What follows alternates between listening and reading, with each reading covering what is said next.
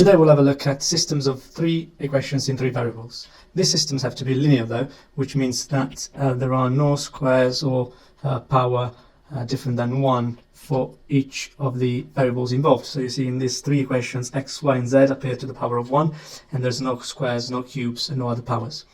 This is very important, otherwise the solution methods and the type of solutions will be very different. One would expect, since there are three equations and three variables, that we should always be able to find three numbers for x, y and z that can solve these three equations. But obviously it is not so, as we will see, and there are many different cases rather than just having a solution and not having a solution. The first thing that I wanted to show you is how we can interpret this system, because this will be the key that will help us understand how solutions can be found and what they mean. We can see each of these three equations as a plane in a three-dimensional space. What do I mean by that? So if we rearrange each of these three equations, or either of them, to look something like z equals, in this case, 1 plus 3x minus y divided by 3, this can be interpreted as a function of x and y. You see that the only variables that appear on the right hand side are x and y. And whenever we have z as a function of x and y, we can draw that, obviously, in three dimensions. So if we put x on this axis y here and z there, we can say that for each pair of numbers x, y, it does correspond a z, and this z would be at that height there. And for each of these points, this is true. So if I, for example, take another number here, x1, y1, another point, sorry, we can find another point z. And so we can build a surface, which in the case of linear equation turns out to be a plane. So that's why it is very important that the equations have to be linear. Otherwise, if these equations weren't linear, we would have seen, for example, a surface or any other shape in 3D that you can imagine. But since the equations are linear, we will find a plane. Okay, so each of these three equations is a plane, and we can call these planes whatever we like, pi1, pi2, pi3. But once we realize that, we see that having them in a system of equations and wanting to find x, y, z, wanting to find a solution, means finding three values, x, y, and z, for which the three planes intersect. So we want to find a point x, y, z, which is present on the first plane, on the second plane, and on the third plane. Now, this is not always going to be possible, and I'm going to show you why. When you have three planes, there are usually at least 6 different combinations of how they can be arranged in space. They can all be the same, and this would correspond to having the same equation three times. It would be a trivial system. 2 of them could be coincident, so 2 equations are the same, and the third one is not. So in that case, you would have an intersection which is a straight line. Okay, so a straight line would correspond to an infinity of solutions, because a straight line has an infinity of points. So in that case, we say there are infinite solutions, infinite to the 1 solutions, in fact, because it's a linear infinity, the number of points that are on a line. Then you could have 2 coincident and parallel planes, and the third is parallel to the first 2, and in that case, there's no solution, so we would find no solution. In this case, we'd find, we said, infinite solutions. Then we have this other case where we have 2 sets of solutions, and both of them are infinite, so we'd have in that case 2 infinite sets of solutions. Then we have 3 parallel planes, so in this case no solution again. And finally, the result that we do expect is the one that is represented as number 6, which tells us that there is one solution, and that solution is going to be x, y, z, with x, y, and z of our solution being the ones that identify that one point there. So with this awareness, we can go back and look at our system and see if we can find a way to solve it, making advantage of this geometrical nature of the system. Obviously, one way to do that comes straight to mind, and it's treating the equations in pairs. So if we, for example, in this case here of the 3 planes, looked at the intersection between 2 planes, we would find a straight line. And then we would find a different straight line when we look at the intersection of one of those 2 planes that we started with and the third one. And then we can put together those two equations into a system of two equations and two unknowns and find the point that is the solution of our system.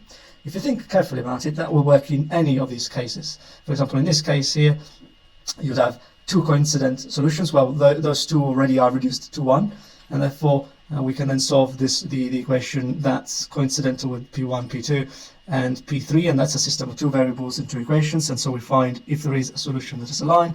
And in this case as well, we can treat these two planes and find this straight line, and then treat plane, well, let's call this one P1 and P3 together, and we would find this other solution there, and then we could put together. Okay, so we're now ready to go back to our system and see whether we can apply this strategy to solve it. Here I've rewritten the system, and we can label each of the planes P1, P2 and P3 and outline our strategy. So our strategy will be the following. We're going to solve for the intersection of plane P1 and P2 and P2 and P3, and ideally the solutions of each of these two will be a straight line, and then we can intersect those straight lines together into a system of the two solutions S1 and S2 and find our final solution, which could be a point. Obviously something could go wrong at any of these steps. It could be that these two planes do not intersect, or these two planes do not intersect, and at that point there's no solution here, and therefore there won't be any solution. It could be that there are two straight lines, but in fact they are parallel, and therefore there's no solution at the end. So we at the moment have all the possibilities still open, but this outlines a nice strategy that we can use. So I'm going to quickly show you how to set up the first system here, and then I'll whiz through the second one. So P1, P2 can be solved together by eliminating the variable z. I'm just rewriting them here. And I will eliminate z from each of the two equations. So z is equal to 1 plus 3x minus y divided by 3. And here z is equal to minus x plus 2y. Then I can put z equals z, which means 1 plus 3x minus y equals minus 3x plus 6y, where I've multiplied the 3 by the right hand side of the second equation.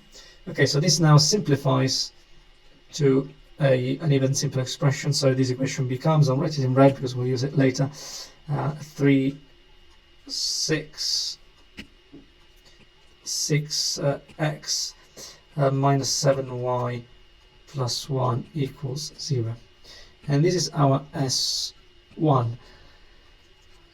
You see that this expression looks like that of a straight line in 3 dimensions. I will now speed up the video and go through the second pair, which is P2, P3, and then we'll come back to discuss whether there is a solution to the simultaneous system of S1 and S2.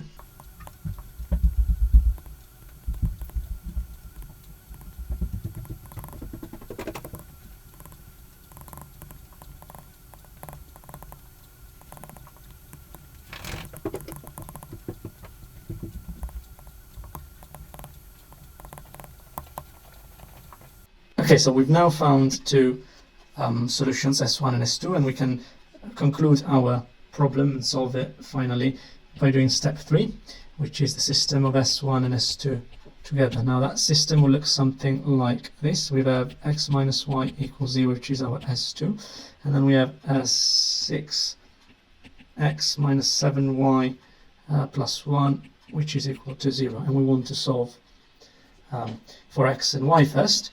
So in order to do that, we can quickly see that x will be equal to y here, and x will be equal to 7y minus 1 divided by 6.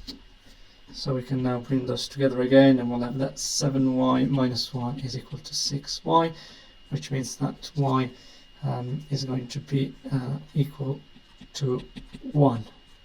So y is equal to 1. But x is equal to y, so x is equal to 1 as well. And let's have a look at what z is equal to. So you can use any of the ones that we had earlier on. For example, we could use this one, which looks simple enough. And it says that z is equal to 2y minus x. So at this point, z is equal to 2y minus x. I'm going to write it here. And therefore, z is equals to 2 times 1, this was an x obviously, minus 1, and that's equal to 1. So our point is equal to 1, 1, 1. We'll now have a look at the diagrams, the 3D visualization of this process. Okay, I've written a quick mathematical notebook to show you what's going on. So here I've shown what's the intersection of P1 and P2, and you can see that P1 is the light blue plane and the light yellow one is P2, and they intersect in a straight line, the red one in here. Then in the second panel I've drawn P2, which is the yellow one again, and P3, which is the light red one, and they intersect in this blue straight line that we've solved, and that's what our S2 was. And finally we can intersect the blue and the red line, S1 and S2, to find a single unique point, which is also obviously the intersection of the three planes, and then we started with P1, P2 and P3. So to summarize, whenever we're solving a linear system of three equations, we can either have no solution, an infinity of solutions, or a unique solution given by a point of coordinate x, y and z. And the way to find that is by solving pairs of equations and then solve the intersection, the simultaneous system derived by solving together those two solutions. Thanks for watching.